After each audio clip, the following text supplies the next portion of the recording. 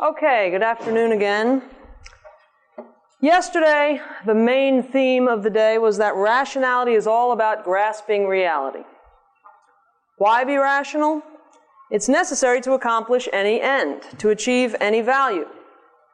Because of the primacy of existence, because things' nature does not depend on an individual's beliefs or wishes or attitudes toward that thing, we must identify reality to work with reality in order to live.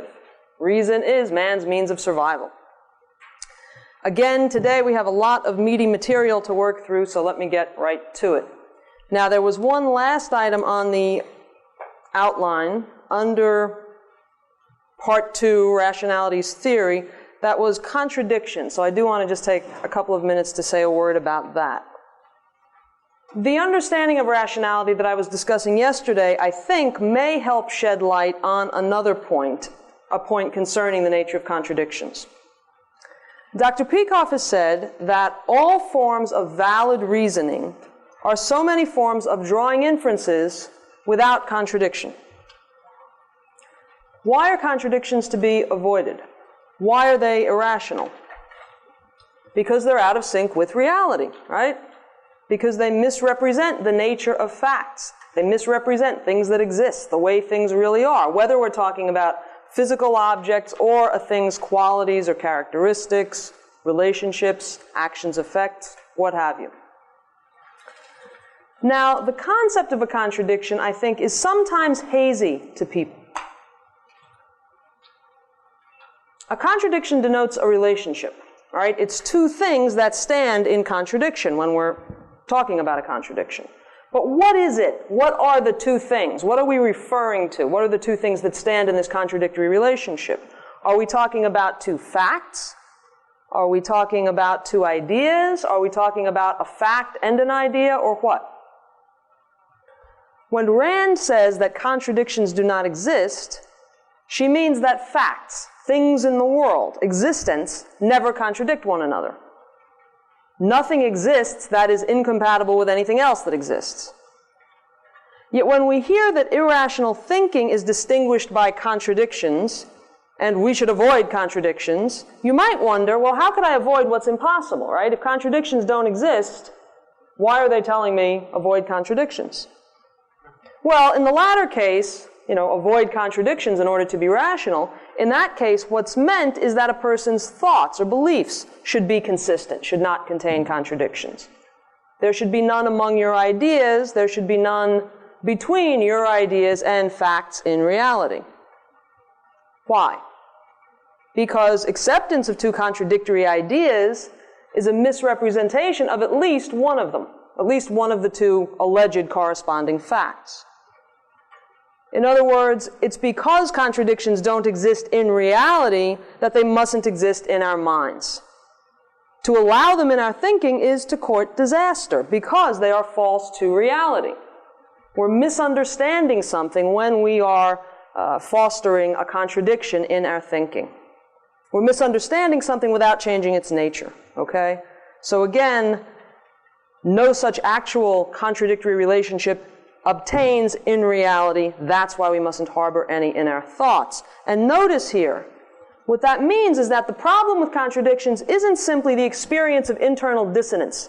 There's something that doesn't quite fit in your head.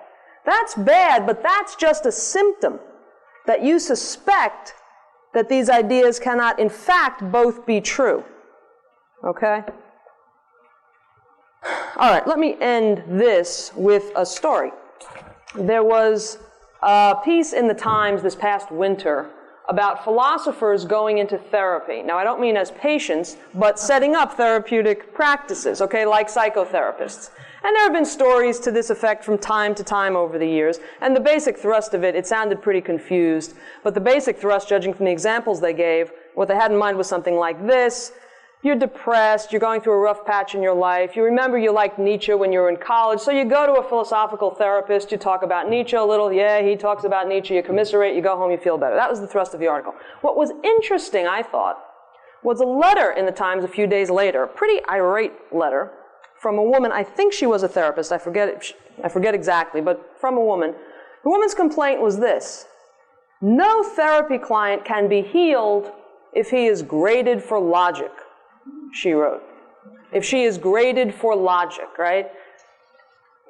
Now, I think as you realize, we are graded for logic, right? Not necessarily by our therapist, our mother, our teacher, God in heaven, by reality, by life, right?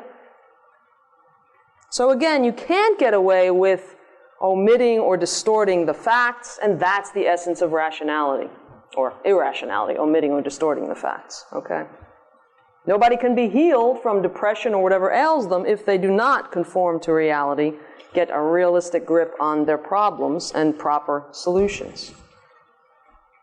Okay, that's all then for part 2. We'll move right ahead into the practice of rationality, part 3 on your outline. And what we're really going to be doing now is looking further at irrationality. There are many ways of being irrational, several of which other objectivist scholars have been lecturing and writing on in recent years.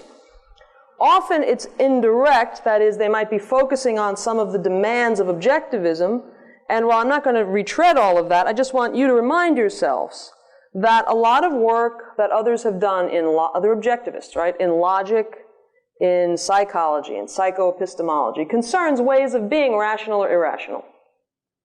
Work on integration, work on induction, work in morality, where again, the virtues represent so many ways of being rational. All of that should be in your minds as, directly relevant to understanding rationality and irrationality.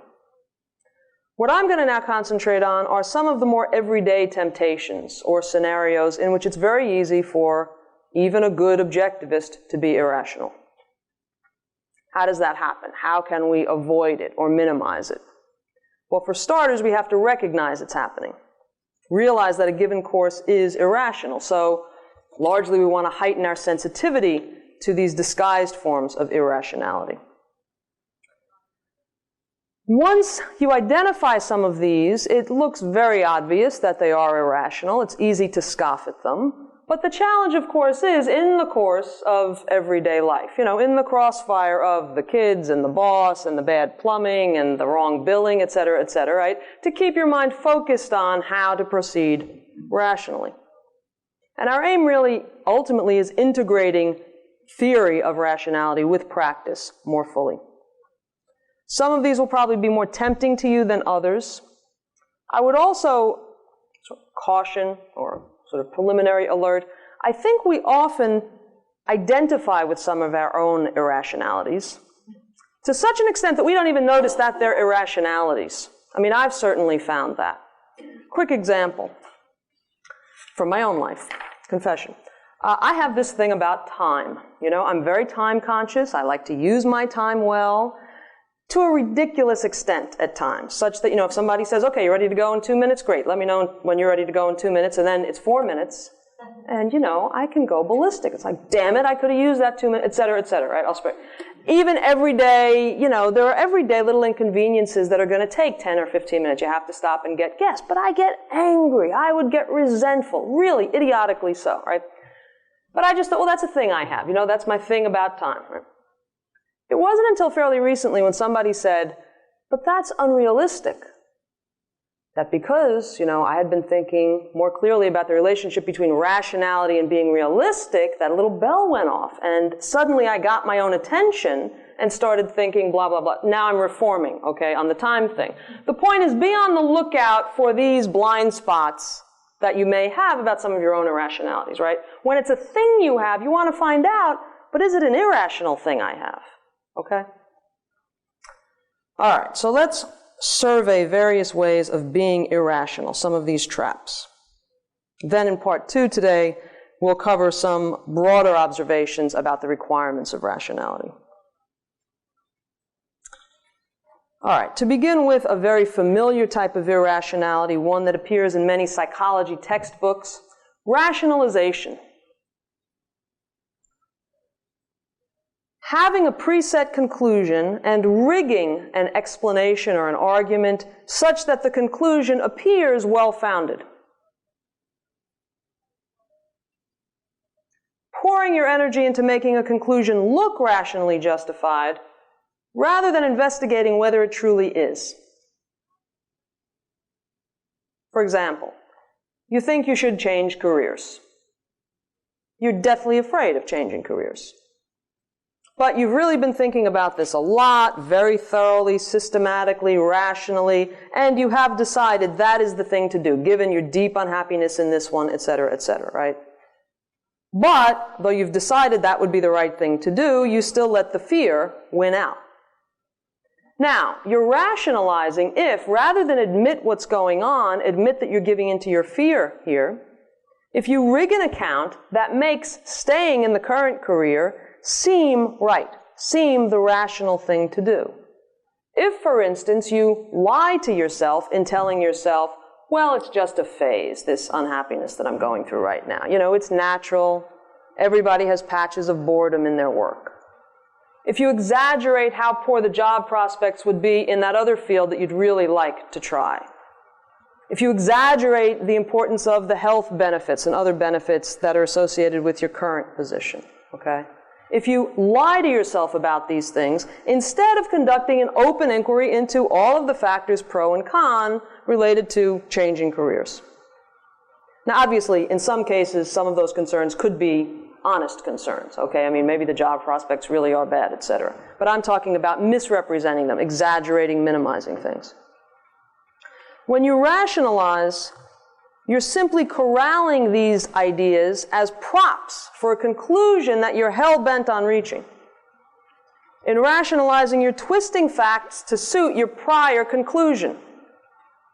You set the conclusion first, then you perform a facsimile of reasoning to make your conclusion look good. It's a kind of ersatz reasoning, you might say. Okay. So for instance, again, you say, well, after you've let down a friend, rather than confront, you did a bad thing. You let down a friend, you tell yourself, well, I didn't really promise to help him that day, or he didn't really need my help. Okay, that's the sort of thing I'm talking about with rationalizing. So again, you're going through the motions of reasoning with none of the reality. You're distorting reality in the same way that the more brazen irrationalist does. Notice, rationalizing reflects a certain respect for rationality insofar as you're at least attempting to gain the appearance or the stature of a rational argument. But essentially, rationalizing is backwards. You're allowing the desired conclusion to drive your logic instead of having the logic, reasoning, dictate your conclusion.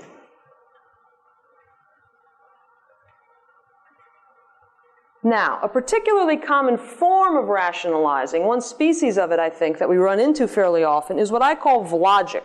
I call it vlogic because it's named in honor of a friend of mine whose name begins with a V, who's a particularly devoted practitioner of this, you might say. Okay, so this is her fame or infamy. The form of reasoning that, again, I think you'll recognize goes like this. I guess I would have done X by now if I had really wanted to. Or if I had really thought that that was the right thing to do. I mean, have you encountered this kind of thing? You know, I guess I would have left that job by now. I guess I would have left that guy by now, right? I guess I would have started that diet by now, etc. if I had really wanted to, or if I had really believed that that was the thing for me to do. Now, clearly, there's something wrong here, right? This does not make sense. This is not rational. There's a confusion about causation here. The person engaging in this sort of reasoning, this sort of rationalization, is treating his actions as the sole evidence for his mind's contents. He's saying, in effect, I can read my desires or my beliefs by observing my actions. I haven't left the job. Oh, well, I guess I didn't really believe I should. I didn't really want to, right? Now let's think about this a minute more. Under what conditions would that make sense, to infer your beliefs, your desires, from observing your actions, what you have or haven't done? Under what conditions would that make sense?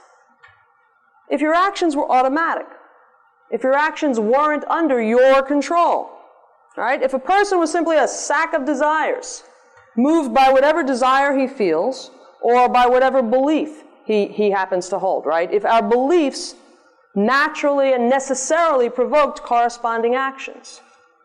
In other words, if we had no capacity to assess our beliefs and desires and choose whether or not to act on them. In other words, this would make sense if we had no free will. When you engage in logic, you're essentially viewing yourself as a passive spectator.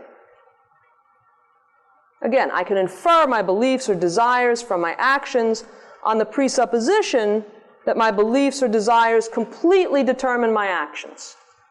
So it denies volition.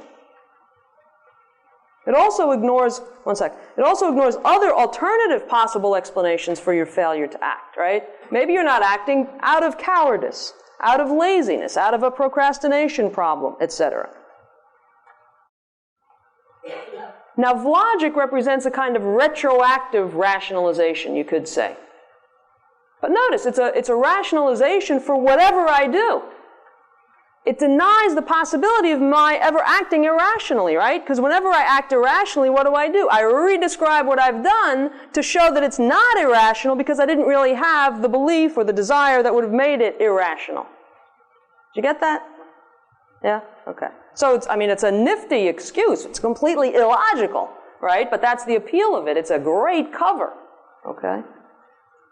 And again, it's rationalization insofar as you've already got the conclusion. My action was justified. That's the conclusion, in this case, that I'm hell-bent on maintaining. So I redescribe what my beliefs or desires are in order to make that conclusion be propped up and look like it's really valid, okay?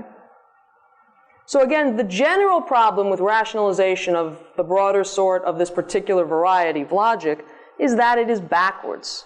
Instead of trying to identify reality and integrate your observations to their logical conclusion, you attempt to project reality to fit your desires. Okay? Now, is there a question about that, or? It sounded like whoever would make that argument was unable to introspect, because that's the kind of thing you would normally say of another person. You try to infer the person's reasoning by their actions. And so to apply that to yourself is weird, because it's as if you can't look at yourself. That's an interesting observation. I've been saying it seems that person is not introspecting. Or I would say it seems like it's dishonest introspection, right? They are trying to say, they are purporting to report the state of their own beliefs and desires. But, when it's really a case of rationalization, then it is an inaccurate one and perhaps a dishonest one. Okay. Let's go on to some further forms of irrational traps. The second is self-deception, dishonesty with yourself. Flagrant lies to yourself are pretty difficult to digest, so we tend to disguise things somewhat to make deception somewhat more amenable. Let's just note some common forms of self-deception. One would be distorting your view of your own capacities, making them seem greater or weaker than they actually are, such that goals then will become either beneath you, too easy if you've got an inflated view of your own capacities, or too challenging, too difficult, unattainable if you're minimizing your view of your own capacities. And obviously, in either direction, having a false view of what you really can accomplish can impede you from pursuing goals that you should. Things that would really propel your values and your greater happiness. Another form of self-deception, what I call settling. That's not necessarily the greatest label for it, but just to have a tag for some of these. Settling. And again, some of these are listed on your handout if you want to look there. What I mean here is simply, instead of going after values, being proactive, satisfying yourself with whatever happens, backing into things. And again, particularly big things like career, marriage, etc. Quitting your job with no particular plan for the next position and not being in a financial position to not have to worry about what your next job or career might be, okay? Employing the attitude, well, something always turns up. Things always happen for the best, right? Ignoring the fact that, well, things don't always happen for the best. Yeah, things turn up, not necessarily better things. Also ignoring the fact that you're an agent here when you choose to quit your job. It's not that you're just this passive receptor of things that happen beyond your control, okay? Well, I agreed to marry Catherine because, she really wanted to. And you just have to go with the flow sometimes. Well, you might go with the flow when you're with 5 people and you're deciding where to go for dinner within certain constraints, but, marriage, that seems... It occurs to me as I say that sounds like it might be a case of context dropping, like this is marriage, it's not Mexican versus Chinese, okay? But anyway. Other forms of settling. Settling literally for a middling marriage, claiming not to expect passion and intense connection, but misrepresenting what's possible in a marriage to make this kind of settling seem reasonable, right? If you misrepresent what's possible in a marriage, then it can seem rational to settle for a less than adequate relationship. For instance, if you tell yourself, well, marriage is a lot duller than love affairs when you're 21, right? So if you set up the alternatives in a certain way, that can be a sort of self-deception leading you to settle for what perhaps you shouldn't settle for, okay? Yet another form of self-deception, procrastination, lack of forethought or planning, excessive postponement. Sometimes this reflects being unrealistic about the time it will take to complete a certain task or doing a good job of it. Sometimes this is a way of avoiding confronting your misgivings about doing something. Maybe you're not convinced you really should be doing this thing, but rather than recognize that and confront that and think it through, do I want to do this or not, you simply keep postponing doing it as a way of postponing addressing that inner misgiving that you have. Sometimes procrastination can be a way of dealing with your fear of not doing a good job. So you put it off until the last minute, creating a situation in which it's impossible to do a good job, but thereby building in an excuse so that you can still believe in the end, well, I could have done a really great job. You should have seen it if only I had had enough time, etc. Yet another form of self-deception, simply the attitude, shout it out. Proclaim something loudly, and it might just be internally loudly, not necessarily to other people, but proclaim something loudly enough and emphatically enough to yourself to silence your awareness of its falseness or doubts that you might have about its truth, okay? Just, be loud and emphatic to distract yourself from any misgivings that you might experience about this belief, this course of action. Or, yet another one, a couple more of these forms of self-deception. Telling yourself you don't care about something when you really do. It's no big deal, the way that person just slighted me, I don't care. Or that item in the news that's getting you a little upset, and just sort of, I don't care, I don't care, right? I mean, this is, again, one that I find myself prone to sometimes. I think it's important to beware of withdrawing from life on that basis as a way of masking pain or anger, right? I don't want to be hurt by this, so I'll try to push my feelings away. A kind of self-deception in those cases when you really do care, okay? And a final form of self-deception, what I'll call shallow introspection, overly abbreviated introspection. Insufficient digging to identify the deepest explanation of your feelings or your beliefs or your actions. Not really digging hard enough to find out what's really going on here, what's really operating. For instance, I quit school because I lost interest, rather than I was afraid to fail. Now, obviously, sometimes people quit just because they lose interest, okay? I'm not trying to malign that, but sometimes there is a deeper explanation, but if you settle for the first explanation introspectively that occurs to you, you might be missing the actual truth. Oh, I'm not really angry at him, I'm just tired. I'm not really depressed, I'm just tired, I haven't gotten enough sleep this week. Eesh.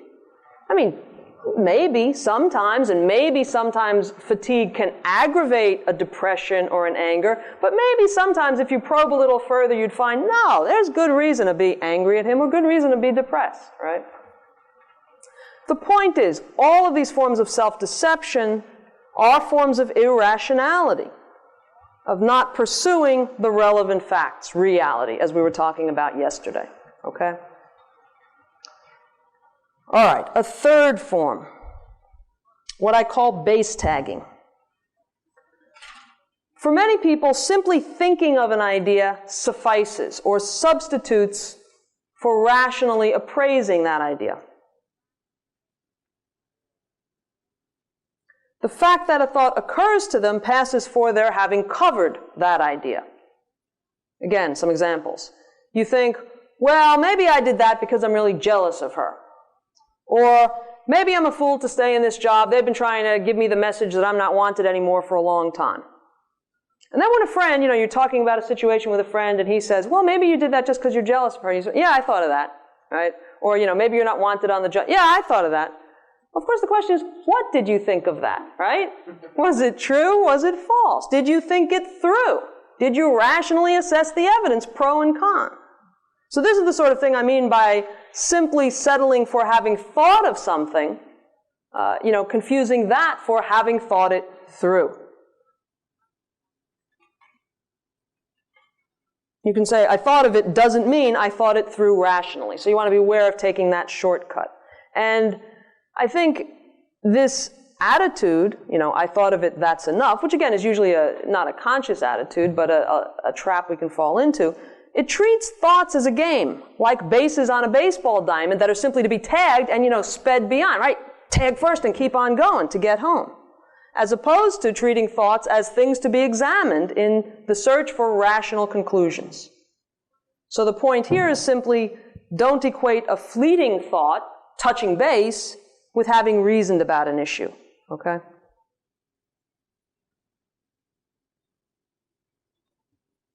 Yet another form of irrationality concerns purposes. Yesterday, I stressed that purposes are crucial to rationality. What it's rational to do depends on what you're after, what your goal is.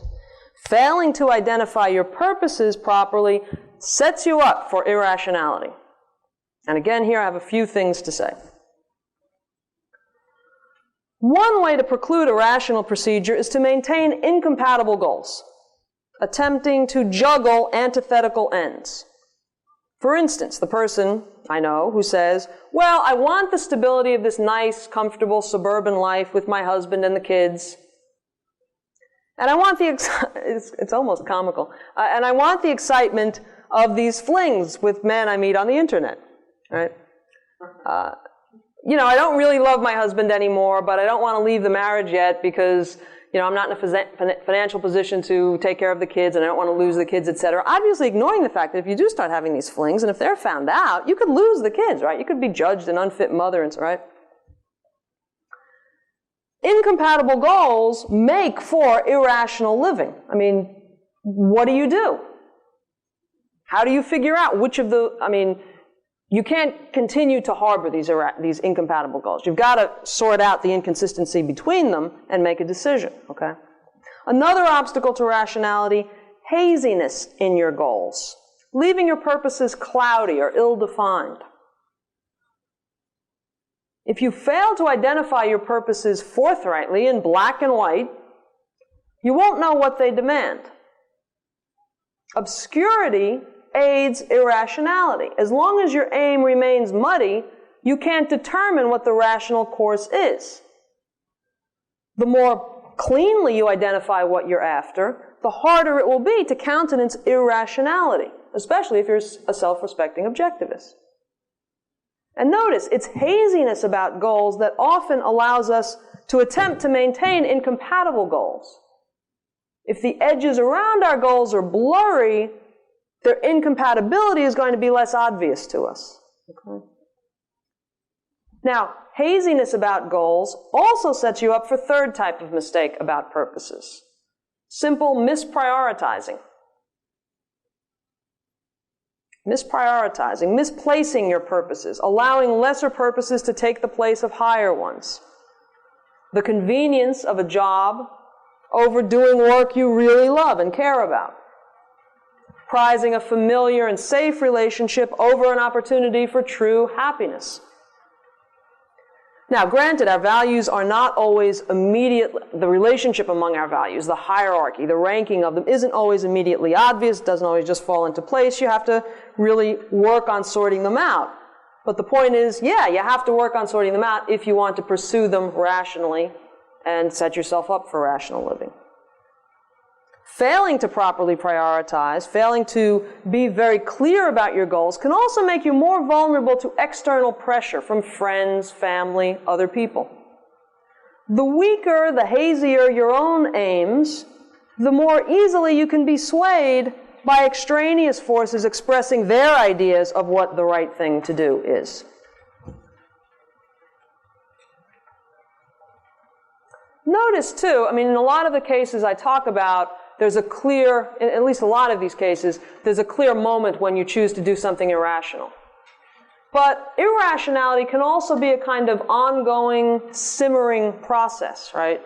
Allowing yourself to stay in that job month after month after month that you really should leave is a course of irrationality. Allowing yourself to be buried by minutia is a form of irrationality, misprioritizing. So the upshot here is clarity about goals, consistency in determining your goals, and determining the logical priority of your goals. All of these are prerequisites for rationality. Okay? All right, a few more. I think I need to speed up a little bit. If I start going too fast, let me know. Context dropping. I imagine that's familiar to most of you, so maybe I'll trim a little bit of material here. I'd refer you to Rand's discussion of it in her essay, Conflicts of Men's Interests. Conflict dropping involves ignoring relevant factors of a situation, misapplying a principle that's appropriate in some spheres to cases in which it's not appropriate or relevant, right? Dropping long-term goals that stand to be affected by an action, indulging the desire for some short-term gratification at the expense of broader goals. Keeping context entails bearing in mind the full dimensions of an action and its probable impact on other values, including on your capacity to attain other values that you have. Now, we've already noted yesterday that rationality is contextual. Let me just note two forms of context dropping. The first is compartmentalization. You know, the attitude, well, reason is for the office, or selfishness is for business, sacrifice for the rest of life. Now, those two might not be too tempting to most of you. Others that might be a little bit more tempting, but he's family, as if different standards apply for family, okay? I'll just take the weekends off, or I'll just cheat on the weekends, right? Cheating on a diet. I mean, you might have the idea of cheating on your husband on weekends. That's a little bit more serious, I suppose. At any rate, these are forms, and you can think of others, of compartmentalization, fragmenting life into different departments and proceeding as if different standards govern. Now, sometimes different standards do govern different departments of life, and different cases should be treated differently, right?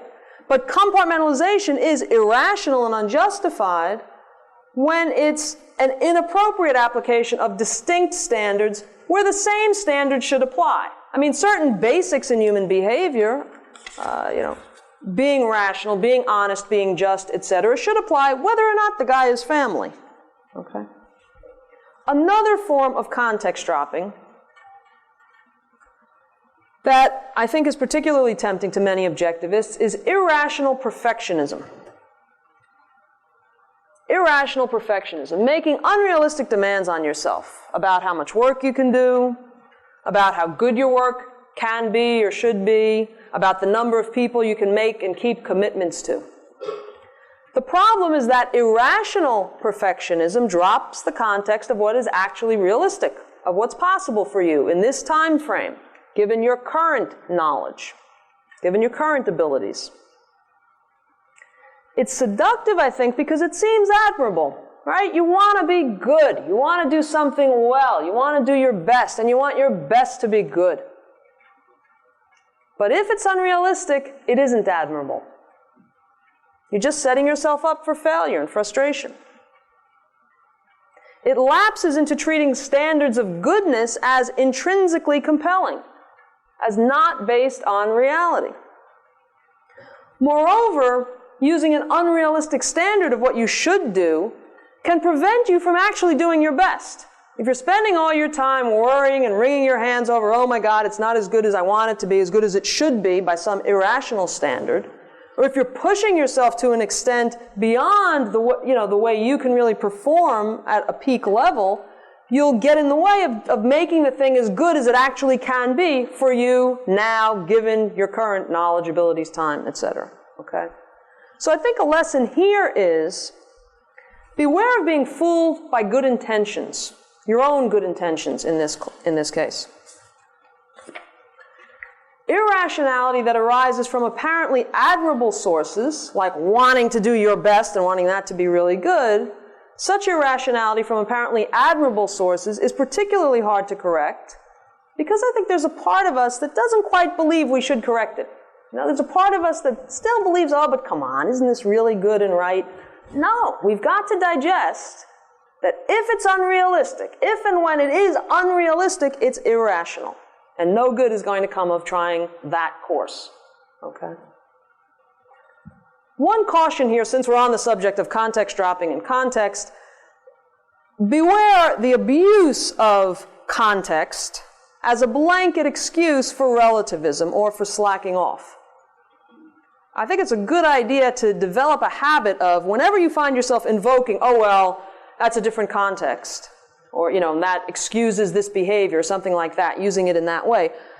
I think it's a good idea to develop a habit of, whenever you invoke context, identifying precisely what is it about this context that makes a difference to reason's demands here, or to morality's demands here, okay? And I'm not saying in every conversation you ever have with anybody else, when the differences in context are really obvious, you have to interrupt the conversation and say, wait, let's make a list, okay? But I really think, and I mean, I think this is really helpful, and I think I need to do this more often too, make a mental note to yourself, make sure I know why this context is different, okay? We just want to be careful not to invoke context like a magic wand of papal dispensation from, you know, being rational, being context sensitive, but realistically so, okay? All right. It says here a quick note on emotionalism. Let's hope it is. Quick note on emotionalism. Emotionalism, yet another form of irrationality, is allowing feelings to take the place of thought, as Dr. Peikoff discusses in OPAR. It's allowing emotions to drive your actions, treating your emotions as primary, and reason and reality as derivative. Now, again, I think at first glance this seems like, well, this wouldn't be too tempting to a bunch of good objectivists, would it? But again, I think, well, think twice. Our paradigm images of emotionalists might be of a person who wantonly indulges his appetites, a hedonist, a lush, an extremely irresponsible person lacking in all discipline. But one can allow emotions to rule for other purposes besides pleasure or convenience, or at least for less obvious forms of pleasure and convenience. For instance, you avoid calling the doctor because it makes you feel uncomfortable. You're embarrassed. Well, that can be a form of putting your feeling above what you really should do in the case where, no, there is a problem, you need to call the doctor, right? Or you avoid asking a person something because you hate feeling like a pest or a nag, you know? Ask her. All right. Impatience can be another example here. Impatiently acting before you should, just because you want something now, when it's not ready yet. Rushing your recovery from, a broken leg or something like that. These can be forms of emotionalism. The point here is this. The test of emotionalism is not the purpose for which the person is indulging his emotions. Let me say that again. The test of emotionalism is not the purpose for which the person is indulging his emotions. It's not your purpose. Your purpose might be good. Oh, I want to get well, I want to get back to work, etc. That seems a nice enough purpose to have, right? But that's not how you tell whether or not you're engaging in emotionalism. It's the fact that emotions are what you follow, that you let them be the bottom line determinants of what you do. When that's what you're doing, that's emotionalism, even if it isn't as obviously ugly as some other forms of emotionalism. Okay? All right. You doing okay? Am I going too fast? This is okay? Okay, good. All right, now, I did say optional, and I am going to skip the next couple of items on the agenda. They're skippable. And where does that bring us? Let's see. Indulging the arbitrary, misrepresenting. Good. That brings us then to part 2 rationality's requirements. Okay, that's it for the traps. Again, that's not meant as an exhaustive inventory. I think you could do some interesting analysis to see overlap among some of those, but we're not going to get into that now. Okay.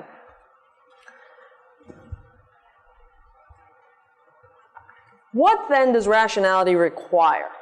Since it's easy to fall into irrationality without intending to develop some of these bad habits, it's valuable to recognize some of rationality's demands to counteract that tendency to fall into the bad habits. Obviously, you can devote whole courses to this, to specify in detail forms of, well, what's necessary to be rational. Here, I just want to make a few broad observations that I find helpful, starting with the most obvious. Reasoning requires effort. At first blush, again, when you think that rationality is an injunction to grasp reality, or that logic is about avoiding contradictions, that might seem simple. But it hardly is simple. To make sure you're accurately grasping the relevant aspects of reality in regard to whatever, who you vote for, where you live, what courses you take, what you do with your life, what you do this Saturday, to ensure that there are no contradictions anywhere along the chains of inferences that you're using, to do these things requires a lot of work. The faculty of reason is inborn. I mean, Rand herself said that these are practically her words. Right? The faculty of reason is inborn. The capacity is there, but its use is not automatic. You've got to choose to exercise reason. Reason is work. It requires energy, alertness, and real effort. That's a very simple fact about it, but again, I think it's one that's really important to recognize and accept. Many answers to questions, many rational answers, come relatively easily. You can develop a skillful facility at answering rationally certain sorts of questions in certain areas. Thus, it is tempting at times to expect all answers to come easily, but they don't. That depends on the issue. That depends on the condition of your mind. Is it fresh? Is it fatigued? Depends on your familiarity with a certain area, etc. So reason requires persevering effort. Emotions exert a powerful pull on the psyche, so it requires discipline to exert that effort despite the pull of emotions, which can often be quite strong. A second requirement of reason, another fairly obvious one. Reasoning requires time. I think I alluded to this yesterday. Typically, people don't set aside time to think through many of their beliefs. Beliefs about big issues, political issues, beliefs about a person they just met or an item they just read in the news. We do it on the fly while we're doing other things. Now, one of the very nice things about thinking is that you can do a lot of thinking while you're doing other things, while you're brushing your teeth, washing the dishes, waiting for the bus, etc., right? That's nice. But you can't do all thinking, all reasoning that way. Harder or more important issues often require that you set aside time to concentrate, to devote yourself fully to those issues. If you don't respect this need, I think when one doesn't, I don't want to say all this you, I don't want to make it sound like you, okay? But then us sounds a little collectivist, so I don't like that either. And I don't want it all to be personal confession about me, okay? So what do you do? What's a pronoun anyway? One, us, you know, you get the idea. Anyway, where am I? If one doesn't respect this need to give it full time and full attention, I think we make ourselves more vulnerable to absorbing certain mistaken ideas simply through cultural osmosis. Right? To a passive mind or a half-hearted mind that hasn't really devoted a lot of attention to an issue, the repetition of certain ideas takes the place of logic as a basis for accepting those ideas. Mere exposure to certain thoughts, you know, if you hear it expressed by everybody at the office, in the movies, in the magazines, etc., mere exposure can lead to unthinkingly repeating an idea as if it's true, as if, oh yeah, of course. Familiarity breeds acceptance, so it's important to pay certain issues the deliberate and careful attention that they need, so that we don't just lapse into a kind of passive acceptance of ideas. Okay? Further here, in an important sense, reason is a full-time job. Because reality is a full-time master. Right? Since rationality is a matter of tracking reality, and reality is on around the clock, right? You've got to be on round the clock, okay? Now this relates to a question that arose yesterday, and I'm not saying you can never relax, you may never take a vacation. You can take breaks from certain types of reasoning. You can leave the office problems behind for a couple of weeks. You can forget certain other problems or issues when you go to the movies, okay? But you've got to know when you should and shouldn't be rational. You can't turn your mind off and ignore events demanding its attention. The example I gave you yesterday, right, about the intruder in the kitchen. Note, too, something I didn't say yesterday that I suppose I thought later I might have said. There are different intensities of reasoning.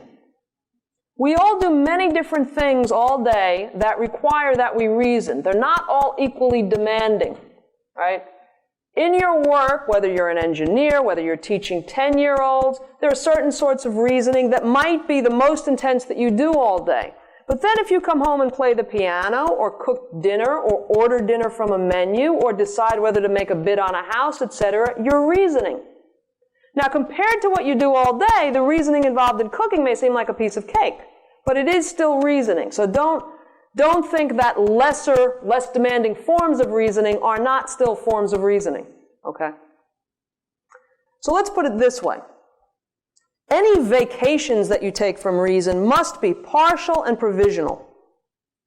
Like a doctor or certain military personnel, reason is always on call. It's always got to be on call, okay? Rests are provisional on nothing happening that demands swift redeployment of your rational faculties or of a heightened use of them, a more intense, focused use of your rational faculties. Since reason is all about tracking reality, and reality never takes a holiday, reason can never take a holiday. Okay? All right, I'm going to skip the next point as well, 3. It's quite skippable. I do want to get to these next 2 points. Numbers 4 and 5, for those of you who are following. Integration and identification. Reason requires integration, for sure. This should be familiar. Rand wrote in the Comprachicos that integration is the essential part of understanding. That's a quote from Rand. Integration is the essential part of understanding. Our capacity to form concepts is our capacity to integrate. In another essay, Rand wrote, if reason is to be destroyed, it is man's integrating capacity that has to be destroyed. Now here again, we have the benefit of a lot of recent objectivist scholarship stressing and explaining integration. Notice something. If the hallmark of irrationality, of illogic, is contradictions, then you have to integrate in order to ask how different pieces of knowledge or different pieces of information relate to one another to expose any possible contradictions. All right? You're not going to find out that there's a contradiction unless you're looking for relationships among ideas in your head. Relationships among things that you observe in reality. Okay? You've got to be looking for connections, integrating, in order to expose contradictions. If you look at one new alleged fact in isolation, focusing on it apart from your other knowledge, you won't be able to tell whether it contradicts anything. Now, how should you integrate? Again, there's a lot more work on this. I just want to add about 2 cents of my own here. One very good way of integrating is by putting questions. That's an excellent way of leading yourself along a logical path to trace the relationships between different facts, different ideas. You've got to follow through to draw inferences. So if this is true, what else is true? Ask yourself, right? What follows from this? What does this imply? How can I connect these dots? If Forbes is courting the religious right, does that mean that he doesn't really understand individual rights, right? If Clinton is denouncing India for its nuclear tests so emphatically, could it really be all bad, right? You've got to ask yourself questions. Now, obviously, sometimes the questions to ask don't immediately occur to you. I mean, yeah, you tell yourself, I'm gonna integrate today. Man, today is an integrating day. I wake up, I'm gonna integrate. And then I know sometimes this happens to me. God, you read the first 3 stories in the newspaper, and on some of them you just don't know where to begin, right? Well, here it's useful to have a kind of checklist of reference points, right? You might think, well, this has something to do with morality, and then you might go through the objectivist virtues, the actual virtues, right? You might remind yourself, well, is it related to justice? Is it related to independence, honesty, or what? You can do that for the broader branches of philosophy as well. Give yourself certain checkpoints to prod your thinking and your questioning in order to help yourself integrate, okay? You've got to ask to answer. A little motto, okay? You've got to ask to answer. So if putting questions is a helpful way of integrating, remind yourself of that. Now, I am going to leave integration because there has been a lot of good stuff on it in recent years. Peter Schwartz gave some lectures, I forget if it was a year or 2 ago, about integrating by essentials. I think Gary Hull has given a course, okay? I want to get to identification. This is my little baby today, okay? An underappreciated ingredient of rationality, I think, is identifying what things are. At higher levels of identifications, objectivists are often very good. I mean, I'm often very impressed with how quick a lot of objectivists are in identifying that this political policy really stems from altruism, or that this moral idea really reflects intrinsicism. Yet, simpler identifications of our own feelings, of how another person is treating you, of how much preparation you have done for something, how much talent you have, of what a car engine is, all sorts of simpler identifications often are dismissed as not sufficiently serious to be the stuff of rationality. Bear in mind, though, Rand's definition of reason. Reason is the faculty that identifies and integrates the material provided by man's senses. Logic is the art of non-contradictory identification. Integrating is a wonderful, rich pathway to tremendous leaps in knowledge. But a precursor to constructive integrating is accurate identification. You must know clearly, fully, what it is that you are integrating. True premises are essential to proper, successful conclusions and actions. The more rich your understanding of a thing's identity, the better position you're in to make good constructive integrations. The more material you have, the better grasp of reality you have to work with, okay? The more fertile the ground for integration.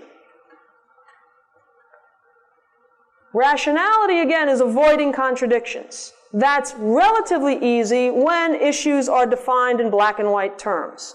Often they aren't, though. They don't come to us that way. So we've got to bring our alternatives into focus by identifying as clearly and as thoroughly as possible. I think it's fair to say that integration is simply a form of identification. The two are not really different in kind, ultimately.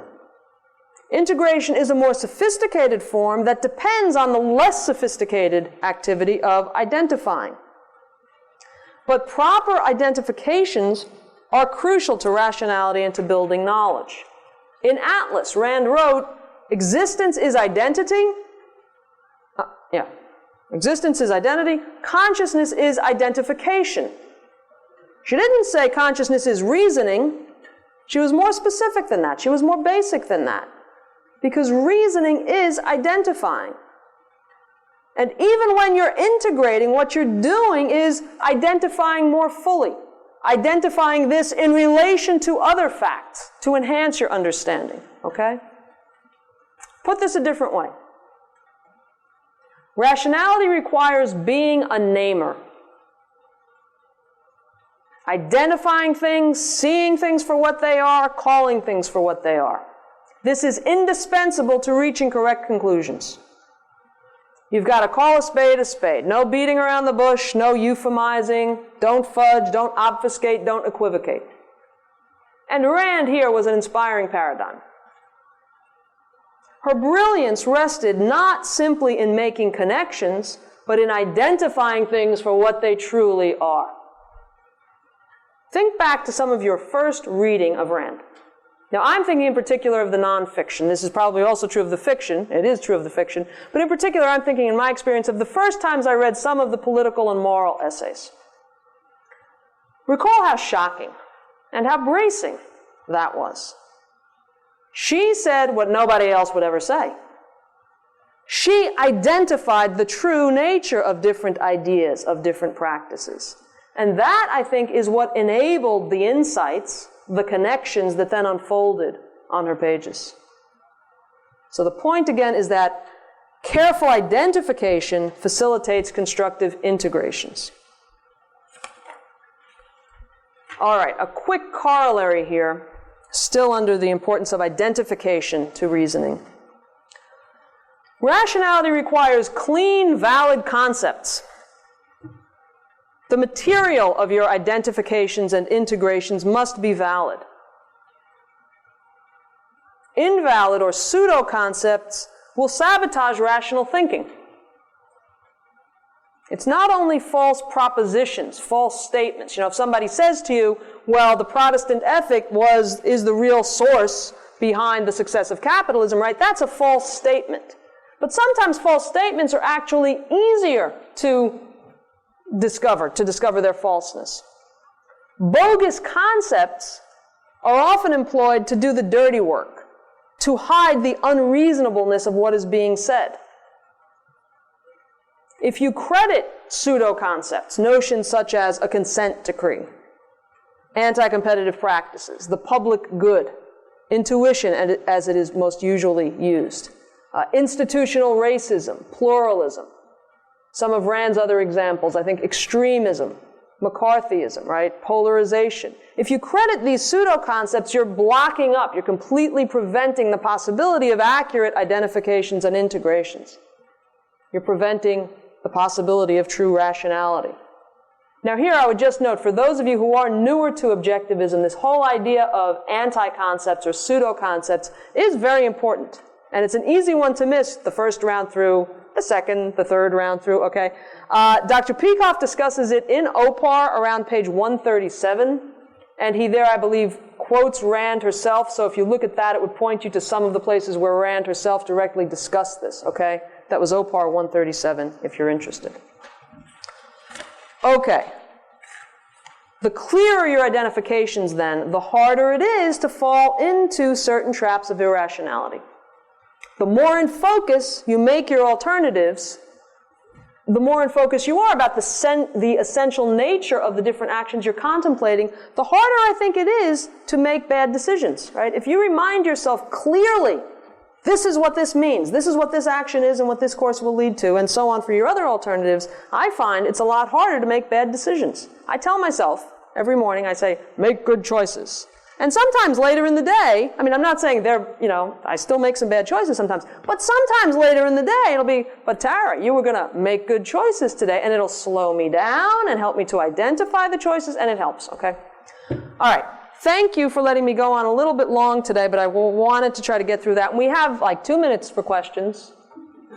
So, anything I can do in 2 minutes for you? We'll get to the rest. There's a little bit more on that, which we can get to tomorrow. Yes? When you discussed how you needed to be rational all the time, but the intensity of the effort could differ, I have no problem with that. But I wondered if you were using rationality synonymous with problem solving, right? Because there's a difference between being rational and problem solving. One could be in focus and be rational and not, just relaxing and not be engaged in problem solving. Yeah. So that's a very interesting question, observation. Did everybody hear it? When I was talking about being rational all the time or being very careful about vacations being partial and provisional, I distinguished different levels of intensity in reasoning, but Evan is wondering, perhaps I was confusing their reasoning with problem solving. You can be relaxing and still reasoning, but not problem solving if you're just watching a film, for instance. That's an interesting question. Let me just give you a quick thought.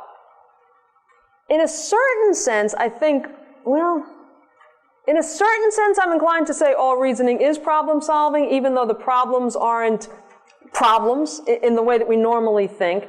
Then there's another part of me that thinks, well, no, maybe you're right that there is a difference there. And Yeah, I mean, it seems like you can be reasoning, focusing on what is in front of you, following the plot and so on, but not as a problem that you've got to solve, but as a form of entertainment, as a form of edification, etc., okay? I mean, in a sense, so you can see I'm sort of all over the place on this one, so I'll just think out loud a moment more and then say I really don't know. But first I'll try to know. I mean, in a sense, problem solving, as we might normally use that phrase, seems a particular type of reasoning. Though there is another sense, and there's just this nagging thought that in another sense, since all reasoning should be purposeful, it should be purposeful. So there's not a problem to be solved, but a purpose to be pursued even when you're relaxing, watching a film, learning how to play the piano, etc. Okay? So maybe there's an equivocation about what really constitutes problem solving, but I think actually the thought is helpful insofar as we are trying to distinguish different kinds of rationality, different ways of using the mind, identifying and integrating, but that still are using the mind. Okay? Okay, yes? Do you think you have time to comment on the ones that you dropped, irrationality, the indulgent, arbitrary, and misrepresenting the alternatives? I'll just say, I'll try to be real quick. Misrepresenting the alternatives, really what I had on that I decided wasn't so hot. And in a sense, we already had an example of that when I gave you the person who says, well, this marriage is sort of boring and flat, but you know, you're not going to be able to have the passion of 21. If you misrepresent your alternatives, you set yourself up for an irrational course because one alternative, you know, as opposed to that alternative will seem more reasonable. So it's very important to be realistic and accurately identifying what your alternatives are. Okay? Indulging the arbitrary, can I go for another minute? Or? Okay, thank you. Indulging the arbitrary, here's my thought there. Look, let's say you're having a debate with somebody about socialized medicine, and the opposing team, they start bringing up your mother. You know, your mother wears army boots or something. So I'm like, that's ridiculous, right? Stick to the issue or we're not going to debate anymore, right? When somebody brings up an arbitrary claim, they start saying, well, let's just assume there's a God. Let's just take that as our starting point for this moral or political discussion or so on. What they're doing, in effect, is worse than saying your mother wears army boots and bringing up this irrelevancy, right? It's really worse because they're making all reasoning moot. And while we wouldn't think there's anything wrong with saying, don't talk about my mother, talk about the issue or else I'm leaving, we would think that's perfectly appropriate. People often think, you know, well, to be polite out of a certain etiquette, I have to indulge these arbitrary claims. We don't recognize, but that is arbitrary, and what it is doing it renders pointless the subsequent discussion that you could have.